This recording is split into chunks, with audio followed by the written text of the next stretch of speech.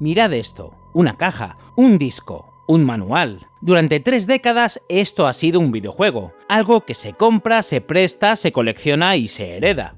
Pues bien, Sony le acaba de poner fecha de caducidad. En enero de 2028, PlayStation dejará de fabricar juegos en formato físico. Pero hoy no vengo a daros la noticia, que seguro ya conocéis. Vengo a contaros lo que vamos a perder los amantes de las aventuras gráficas y de los juegos narrativos. Ya sabéis, visual novels, walking simulators, porque hay aventuras cuyo único cuerpo físico ha sido precisamente un disco de PlayStation. Historias que nacieron dentro de esa caja y que morirán dentro de esa caja. Hoy les hacemos la autopsia.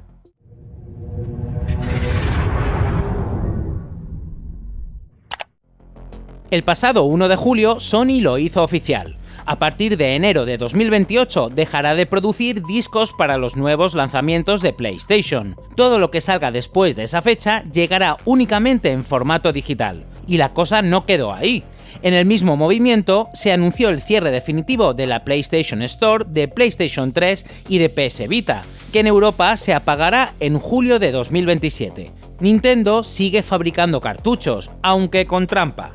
Ya sabéis de qué va el tema de las Game Key Cards. Esto se trata de Sony dando el primer gran paso hacia un futuro que no creo que sea muy esperanzador, la verdad. La reacción del sector fue inmediata y furibunda. Tiendas y editoras como Game, Extra Life, Meridian Games o Tesura Games publicaron comunicados de rechazo en cuestión de horas. Y fijaos en el detalle, 2 de las voces más contundentes son editoras españolas. Meridian lo resumió con una frase que suscribo. Con cada edición física que desaparece, perdemos la libertad de disfrutar de nuestra afición tal y como queremos. Y estudios como el también español Aeternum defendieron que el formato físico es preservación, es cultura y es parte de la esencia del medio. De todos esos argumentos hablaremos al final del vídeo, ya que merecen su propio espacio. Pero antes, dejadme empezar por donde de verdad se debe empezar, por lo personal. Yo descubrí las aventuras gráficas en una PlayStation. Sí, habéis oído bien, no fue en un PC. La primera aventura de mi vida fue Broken Sword, en la consola gris de Sony. Y detrás vinieron Discworld, Myst y Riven, y la saga de Drácula, Atlantis y muchas más. Todas en PlayStation 1. Ninguno había nacido allí, eran porteos de juegos de PC. Y ahí está la clave de esta historia. En los 90, un ordenador multimedia era un aparato caro, hasta cierto punto minoritario. La PlayStation, en cambio, llegó a millones de hogares. Sony cogió un género que vivía encerrado en ese aparato de élite y nos lo acercó al salón de casa. Lo puso delante de chavales que jamás habrían llegado a él de otra manera. Chavales como yo. Cuando años más tarde tuve por fin mi propio PC, me sumergí de lleno en los grandes clásicos, pero mi puerta de entrada fue esa consola. Y esa puerta la abrió Sony, atreviéndose a portear no pocas aventuras que eran nativas en otros ecosistemas. Aquella decisión comercial abrió el género a un público completamente nuevo. Por eso, este vídeo no es un simple ajuste de cuentas, es algo más triste. Es ver cómo la compañía que un día le abrió la puerta del género a tanta gente ha decidido ahora cerrarla. Ahora bien, seamos honestos con la naturaleza de este canal. Si me estás viendo, lo más probable es que juegues sobre todo en PC. Es lo natural, la aventura gráfica es un género pecero de nacimiento. Y si es tu caso, sospecho que esto te está causando un déjà vu tremendo. Porque los aventureros ya vivimos este duelo, lo vivimos antes que nadie. El formato físico murió en el PC hace más de una década. Steam lo fue enterrando poco a poco, y las cajas de ordenador pasaron de llenar estanterías enteras a ser pieza de arqueología. Aquello dolió, pero el género aprendió a vivir en digital. Y encontró refugio, como en GOG, que hizo bandera de vender sus juegos sin DRM y de mantener vivos los clásicos, algunos de ellos prácticamente desconocidos. Hoy compramos allí aventuras de hace 30 años que funcionan en máquinas actuales. Así que no, el digital no es el enemigo de este vídeo. El problema es otro, y lo diseccionaremos en la autopsia final. Eso sí, dentro de esta comunidad pecera también hay muchos coleccionistas. Por eso tengo algún vídeo de unboxing publicado en el canal. Gente que juega en Steam o en GOG, pero que quiere el objeto en la estantería. Para todos ellos, y para mí, va este vídeo. Porque lo que Sony deja morir en 2028 es exactamente eso, el objeto, el fetiche, pero no solo eso, el sentimiento de propiedad, la sensación de que aquello por lo que has pagado te pertenece. Y aquí llegamos a la cara B de esta historia, la que casi nadie está contando. Hay aventuras cuyo único cuerpo físico en toda su historia ha sido un disco de PlayStation. Pensad en el drama interactivo, ese subgénero en el que mutó la aventura gráfica que quería acercarse al cine. Heavy Rain, el thriller del asesino del origami que puso a Quantic Dream en el mapa. Beyond Two Souls, con Elliot Page y Willem Dafoe encabezando el reparto. Detroit Become Human, su gran epopeya sobre androides que sueñan con ser libres. Y Until Dawn, el slasher adolescente de Supermassive Games, donde cada decisión determina quién llega vivo al amanecer. 4 pesos pesados de la narrativa interactiva. Los 4 nacieron como exclusivos de PlayStation. Y los 4 acabaron llegando al PC años después, pero solo en formato digital. El juego en disco, el de verdad, solo ha existido con el logo de PlayStation. No hay disco de PC, no hay cartucho de Switch, no hay caja verde de Xbox. Y un matiz para los puristas, que en este canal, como sabéis, la solución está en los detalles. Quantic Dream llegó a vender desde su propia tienda unas cajas para PC de sus 3 juegos, pero si las abrís, dentro no hay ningún disco. Hay un libro de arte, unas pegatinas y un código de descarga. El envoltorio es físico, el juego no. Con el remake de Until Dawn de 2024 pasó exactamente lo mismo que con el original. Llegó a PC, sí, pero solo en digital. El disco únicamente en consolas de Sony. Cuando la producción se detenga en 2028, esta categoría quedará sellada para siempre. Lo que haya entonces en el mercado de segunda mano será todo lo que existirá jamás. Pensadlo la próxima vez que veáis un Heavy Rain de ocasión por 5 euros. Estáis mirando una pieza de museo que todavía no sabe que lo es. Preparad lápiz y papel porque ahora bajamos a las profundidades. Si los dramas interactivos son la cara más visible de esta historia, lo que viene es la cripta. Aventuras que no solo tuvieron formato físico en PlayStation, sino que jamás salieron de aquel ecosistema. Ni porteos, ni versión digital en otras plataformas, ni traducción oficial. Nacieron en un disco japonés y en ese disco siguen encerradas. Empiezo por la que más me duele como hispanohablante. Aconcagua, año 2000, PlayStation 1. Una aventura point and click con elementos de supervivencia publicada por la mismísima Sony. Un avión se estrella en los Andes argentinos y controlamos a los 5 supervivientes combinando sus habilidades para bajar de la montaña con vida. Cámaras fijas al estilo del primer Resident Evil, tono de thriller político y vocación de superproducción.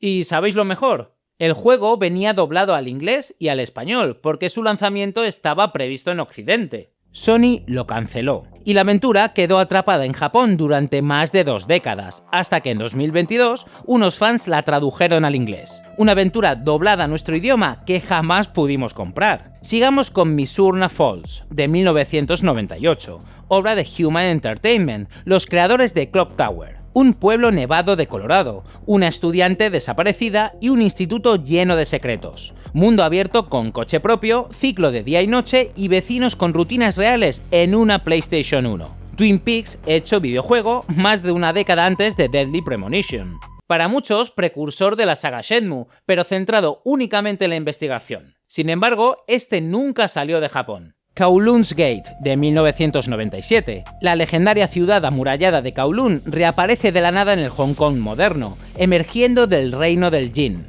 Y nosotros, como maestros del Feng Shui, nos adentramos en sus callejones imposibles para restaurar el equilibrio del mundo. Surrealista, laberíntico e hipnótico. Un objeto de culto absoluto que tampoco cruzó jamás la frontera. LSD Dream Emulator, de 1998. Directamente ni siquiera intenta ser un juego convencional. El artista Osamu Sato lo concibió como arte contemporáneo, un simulador de sueños basado en el diario onírico que una empleada del estudio escribió durante años. Caminamos por escenarios que mutan sin lógica alguna, y cada contacto nos transporta a otro sueño. Hoy es una leyenda de internet, en su día una rareza japonesa incomprendida. ¿Y qué me decís de Glass Rose? PlayStation 2, año 2003. Un juego de investigación con mecánicas point and click compatible con ratón, desarrollado por Sign, el estudio que después firmaría Hotel Dusk, junto a la mismísima Capcom. Un periodista es arrastrado al año 1929 para resolver una cadena de asesinatos en la mansión de un magnate del cine. Salió en Japón y en Europa, pero jamás pisó América ni ninguna otra plataforma. Una auténtica rareza de la que casi nadie habla. La serie Yarudora, de 1998. 4 novelas visuales publicadas por la propia Sony y animadas por Production IG, el estudio de Ghost in the Shell. Anime interactivo en estado puro al estilo Elige tu propia aventura. Dramas de amnesia y memoria donde cada decisión ramifica la historia. Se reeditaron en PSP y en la tienda digital de PlayStation, y ahí se acaba. Jamás han existido fuera del ecosistema de Sony. En la misma PlayStation encontramos también los orígenes de un nombre que hoy es leyenda: Suda51. Antes de Killer 7 y de No More Heroes, un jovencísimo Suda se curtió dirigiendo Twilight Syndrome y Moonlight Syndrome, colegialas que investigan leyendas urbanas en un Japón de institutos y fluorescentes, con un tono inquietante que ya apuntaba maneras. De su estela nació Yuyami Dori Tankentai, de 1999, hoy reivindicado como una obra maestra por su retrato de la recesión japonesa de los 90. Terror cotidiano, melancolía económica y exploración urbana. Ninguno de los tres ha salido jamás de Japón ni de PlayStation. Y cierro con la más insondable de todas: Serial Experiments Lain, de 1998, la adaptación del anime de culto que en realidad es otra cosa, una base de datos de vídeos y audios fragmentados que reconstruyen la mente de Lane a través de sus sesiones de terapia. No es una novela visual, no es una aventura al uso, no es nada clasificable. Es una experiencia que no se juega, se excava. Y solo existe en un disco de PlayStation japonés. Podría seguir, porque PlayStation acumuló además toda una galaxia de novelas visuales que jamás cruzaron la frontera de Japón, pero son demasiadas como para abarcarlas todas. Aún así, creo que la idea ha quedado clara. Cuando hablamos de preservación, hablamos de esto: de obras enteras cuya única existencia material es un disco que ya no se fabrica, para una consola que ya no se vende. Eso es lo que significa en la práctica la muerte de un formato. Relájate, mira fijamente. Ahora mismo estás empezando a sentir unas ganas tremendas de suscribirte. Suscríbete. ¿Y qué pasa con el presente? Aquí viene el hallazgo que más me ha sorprendido preparando este vídeo. Me puse a buscar aventuras actuales cuya edición física fuera exclusiva de PlayStation, sin cartucho de Switch, sin caja de Xbox, sin disco de PC. Y os adelanto la conclusión: la lista es minúscula. Los remakes de Amerzone y de Siberia tienen edición física también en Xbox. Los Agatha Christie y los Sherlock Holmes modernos lo tienen en Switch o en Xbox. La saga Life is Strange, igual. Y las ediciones boutique de sellos como Limited Run o Strictly Limited salen casi siempre en PlayStation y en Switch a la vez. ¿Qué sobrevive entonces a la criba? El Walking Simulator Dear Esther de The Chinese Room, uno de los padres del género. Su única edición física fue el disco de PlayStation 4, que editó Limited Run Games, una tirada de apenas 5.000 copias que en ninguna otra plataforma existió. También los Records Bloom and Rage, lo nuevo de Don't Nod, los creadores originales de Life is Strange. Su única edición física es la de PlayStation 5, en Switch no existe y en Xbox y PC solo en digital. The Talos Principle 2. Sí, es un juego de puzzles, pero con más carga filosófica y narrativa que muchas aventuras.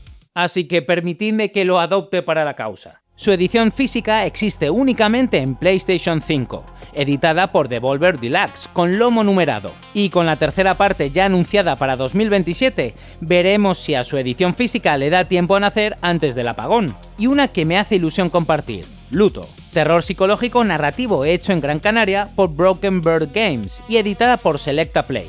Una experiencia en primera persona sobre el duelo y la ansiedad, de las que se quedan dentro mucho tiempo. Está en digital en PC, en Xbox y en PlayStation 5. Y su única edición física, la de PlayStation 5, española además.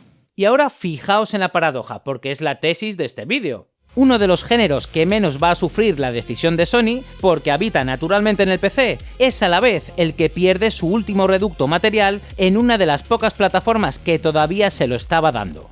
Por favor, Nintendo, no nos falles.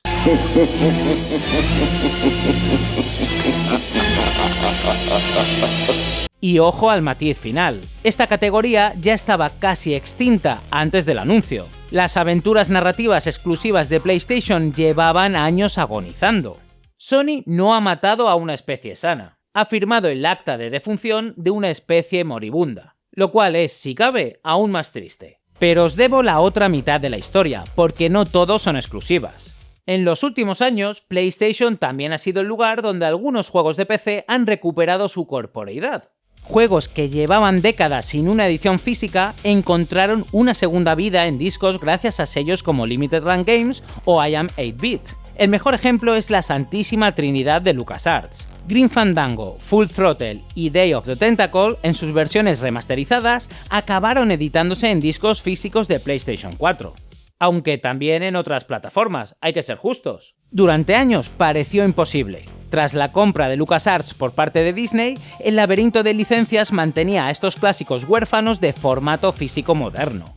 Al final, la insistencia de estos sellos pequeños lo consiguió. Y luego está el caso más sorprendente, I Have No Mouth and I Must Scream, el point and click de 1995 basado en el relato de Harlan Ellison, con el propio Ellison codiseñando el juego y poniendo voz a AM, la inteligencia artificial que tortura a los últimos 5 seres humanos de la Tierra.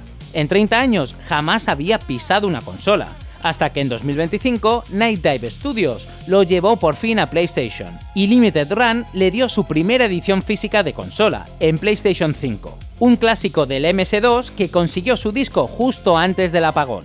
Pensad en la ironía. Esta vía de rescate, la de devolverle el cuerpo a los clásicos de PC en otros sistemas, estaba floreciendo ahora mismo, y Sony acaba de ponerle fecha de cierre. Cada clásico que no consiga su disco antes de 2028 ya no lo tendrá nunca en PlayStation. La ventana se cierra, y ni siquiera sabemos cuántos estaban esperando su turno. Y llegamos a la pregunta de fondo. ¿Por qué importa todo esto más allá de la nostalgia? Os debo estos argumentos desde el principio del vídeo, así que vamos por partes. Primero, la propiedad. Cuando compras un disco, ese juego es tuyo. Puedes revenderlo, prestárselo a un amigo o regalárselo a tu sobrina. Cuando compras en digital, compras una licencia, un permiso de uso que la empresa puede modificar o revocar. Y no es teoría. Por ejemplo, Ubisoft desactivó The Crew y quienes lo habían comprado se quedaron sin poder jugarlo. La propia Sony ha llegado a retirar de las bibliotecas de algunos países películas que sus usuarios habían comprado y pagado. Comprado y pagado, repito. Segundo, la segunda mano. Sin formato físico, el mercado de segunda mano desaparece de un plumazo, y con él se va la vía más económica de entrar en este hobby. Sin reventa y sin competencia entre comercios, el precio lo fija una sola parte, la propia plataforma. Sony decidirá cuánto cuesta cada juego, cuándo baja de precio y cuánto baja. Control unilateral y total. Tercero, el préstamo. Ese gesto tan nuestro de dejarle una aventura a un amigo deja de existir. Y os recuerdo que con ese gesto se han construido aficiones enteras. Cuando tenía 12 años, un compañero de colegio me prestó su cartucho de Secret of Evermore. Sí, ya sé que no es una aventura, sino un RPG, pero a día de hoy sigue siendo uno de mis juegos favoritos de todos los tiempos, y fue mi puerta de entrada a este otro género. ¿Entendéis a qué me refiero, verdad? Cuarto, las tiendas y trabajadores. Detrás de cada caja hay fábricas, imprentas, transportistas, distribuidoras, comerciales y dependientes. Toda una cadena de trabajo que se evapora. Y las tiendas especializadas, esas que además compiten con ofertas de verdad, pierden muchos de sus productos estrella. No es casualidad que fueran las primeras en alzar la voz tras el anuncio. Quinto, la preservación. Ya lo habéis visto con las joyas ocultas japonesas. Cuando el soporte muere y la tienda digital cierra, la obra desaparece. El apagón de la Store de PlayStation 3 y de Vita dejará títulos digitales en el limbo, inaccesibles por vías legales. Un disco, en cambio, sigue arrancando 40 años después en su máquina. La conservación del videojuego como bien cultural no puede depender de los servidores de una empresa. Y sexto, el motivo real de todo esto. No os dejéis engañar por el argumento de la comodidad. Nos está engañando, que no nos engañe, que nos diga la verdad. Distribuir en digital elimina fabricación, transporte y almacenaje, y le deja a Sony un porcentaje mayor de cada venta. Y de paso nos empuja hacia las suscripciones y el juego en la nube, que es donde la industria entera quiere llevarnos desde hace años. La nube, el lugar donde ya no posees absolutamente nada. Donde no compras juegos, sino que alquilas el permiso de acceder a ellos mientras a alguien le salgan las cuentas. Mientras tanto, una buena parte del negocio, sobre todo fuera de Estados Unidos, sigue dependiendo de las ventas físicas. O sea, que esto no lo ha pedido el público. Y os dejo una anécdota histórica que lo resume todo. A mediados de los 90, el creador japonés Kenji Eno lanzó su aventura de terror D en la primera PlayStation. Había pedidos de unas 100.000 copias. Sony, que dio prioridad de fabricación a otros títulos, produjo apenas 28.000. Eno se enfadó tanto que anunció su siguiente juego para Sega en pleno evento de Sony. Han pasado 30 años, y Sony sigue decidiendo unilateralmente cuántos discos merece el mundo. Solo que esta vez la cifra es 0. Me queda hablar del objeto, del disco como objeto de colección. Quien colecciona lo sabe, esto no va solo de jugar. Hay un ritual que forma parte de la experiencia completa. Un ritual que ayuda a fijar estos juegos a nuestra memoria, que hagamos nuestros el juego cuando de verdad nos emociona. Esperar el paquete, abrir la caja, hojear el manual, colocar el lomo en la estantería junto a sus hermanos. Y la historia reciente de otros formatos nos da una pista de lo que viene. El vinilo murió como formato de masas y renació como objeto de culto. Al cine físico le está pasando algo parecido, con el Blu-ray arrinconado en las tiendas. La fotografía analógica sobrevive convertida en artesanía. Lo más probable es que el videojuego físico siga ese mismo camino. ¿O no? ¿Quién sabe? Morir como producto masivo para renacer como pieza de coleccionista, con tiradas limitadas y precios prohibitivos. De hecho, esa transformación ya estaba en marcha, como hemos visto con los sellos limitados. Nos han ido quitando paulatinamente lo que hacía memorable un formato. Primero los extras, luego los manuales, después incluso el propio disco. Pero no nos engañemos, que algo sobreviva como reliquia no es lo mismo que seguir vivo. Los cementerios también preservan. Enero de 2028. Apuntad la fecha porque marcará época. Ese mes, la compañía que llevó las aventuras hacia nuevos horizontes dejará de fabricar el objeto que las contenía. La puerta que Sony me abrió con Broken Sword, con Discworld y con Myst se cierra para los que vengan detrás. Los peceros hemos visto esta película antes y sabemos cómo acaba. El género sobrevive, la nostalgia escuece y refugios como GOG se convierten en el arca. Pero esta vez se pierde algo que el PC nunca tuvo del todo. Se pierde la caja en el escaparate, el disco que un chaval se encuentra en el salón de su casa y que puede cambiarle la vida. A mí me la cambió, y no puedo dejar de preguntarme cuántos posibles futuros aventureros no descubrirán este género jamás. Las aventuras seguirán existiendo, eso no lo dudéis. Pero a partir de 2028 en PlayStation serán fantasmas digitales, presencias sin cuerpo. Contadme en los comentarios de qué equipo sois, coleccionistas de caja o conversos del digital. Si el vídeo os ha gustado, ya sabéis, like, suscribíos si no lo hacéis ya y compartidlo con ese amigo al que todavía le prestáis juegos. Y si queréis apoyar el canal de forma más directa, tenéis el botón de miembros justo debajo. Nos vemos en el próximo vídeo. Y recuerda, la solución está en los detalles.